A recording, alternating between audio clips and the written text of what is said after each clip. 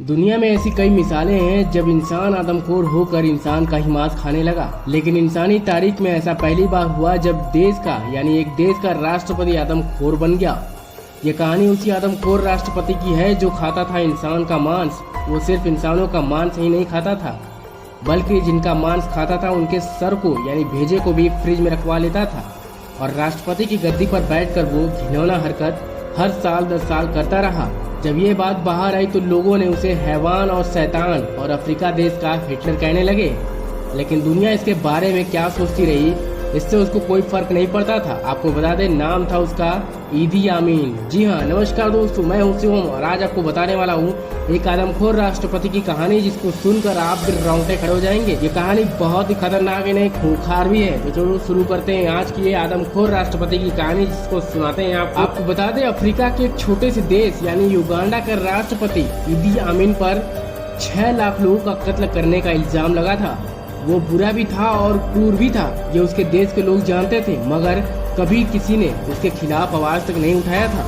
उसका खौफ इतना था कि लोग उसके खौफ से ही डरते थे। जानते क्यों? इसके पीछे का क्या सच है तो आपको बता दें, क्योंकि एक बार कुछ लोगों ने उसके खिलाफ आवाज उठाई थी और उन्हें पहले खुलेआम लकड़ी में लपेट कर बांध दिया गया, जिसके बाद गोलियों से भुनवा दिया गया।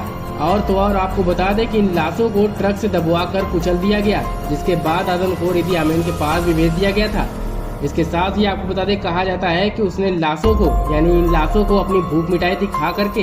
दोस्तों आपको बता दें कि ऐसे हैवान के बारे में आपके जहन में ये सवाल उठ सकता है कि इंसान का मांस खाने वाला एक दरिंदा आखिर देश का कैसे राष्ट्रपति बन सकता है। तो सुनिए आदमखोर ईदी आमीन के राष्ट्रपति बनने की जितनी दिलचस्प कहानी है, उससे दिलचस्प इसकी जीवन शैली। जी हाँ दोस्तों, आपको बता दें कि सबसे पहले ये युगांडा के एक सेना में भर्ती हुआ था, फिर उसके बाद देश के राष्ट्रपति बनने की कहानी तो मैं आपको बता दूं। इसके साथ ही आपको बता दें कि आमीन के पास एक बेहद चालाक और खूंखार दिमाग था, यानी लोमड़ी के जैसे आपको बता दें। लेकिन उसकी तरक्की की पहली सीढ़ी बनी उसका राक्षस जैसा शरीर। जी हाँ दोस्तों, इसी के साथ आपको बता दें, ईदी आमीन का कद 6 फुट 4 इंच और उसका वजन पूरे 160 किलो था। जी हाँ दोस्तों, आपको बता दें उसके जिस्म में जानवर जैसी ताकत थी और इसी ताकत को बनाया उसने हथियार। सेना की नौकरी के दौरान उसने बॉक्सिंग को अपना करियर बनाना चाहा।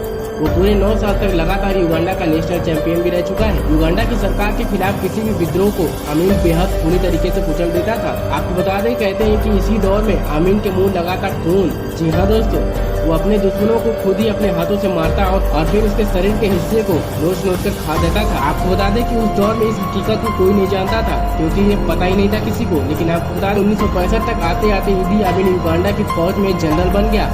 अब आमीन की नजर थी युगांडा की गद्दी पर। जी हाँ दोस्तों, युगांडा के प्रधानमंत्री मिल्टन ओबोटे आमीन पर बेहद भरोसा करते थे, लेकिन एक दिन आमीन ने इस भरोसे को चूर कर दिया। प्रधानमंत्री ओबोटे सिंगापुर में थे और इधर राजधानी कंपाला में ईदी आमीन ने कर दिया खूनी तख्ता पलट। जी हाँ दोस्तों, आपको बता दें कि महज 3 घंटे में पूरे देश की बागडोर ईदी आमीन के हाथ में आ गया। बता दें कि राजधानी कंपाला की सड़कों पर ईदी आमीन का किसी बादशाह की तरह काफिला निकल रहा था। लोग खुशी में नारे लगा रहे थे, गा रहे थे, नाच रहे थे। वो तारीख थी 25 जनवरी 1971। ईदी आमीन के लिए खुशी मना रहे थे। युगांडा के लोग को ये कतई अंदाजा नहीं था कि उस रोज के बाद उनकी जिंदगी में अब कोई भी खुशी आने वाला नहीं था। आपको बता दें कि अब युगांडा के तख्ते पर अब बैठ चुका था एक आदमखोर। जी हाँ दोस्तों, तो आपको बता दें, ईदी आमीन के सत्ता में आते ही अपने खूनी रंग दिखाने शुरू कर दिए। उसने एक एक करके अपने विरोधियों को ठिकाने लगाना शुरू कर दिया। सत्ता छीनने के 1 साल के अंदर ही ईदी आमीन युगांडा का सब कुछ था, वही कानून था और वही देश। ईदी आमीन खुद को दादा कहने लगा था। आपको बता दें, युगांडा में दादा का विरोध करने वाले को मिलती थी खुलेआम मौत की सजा।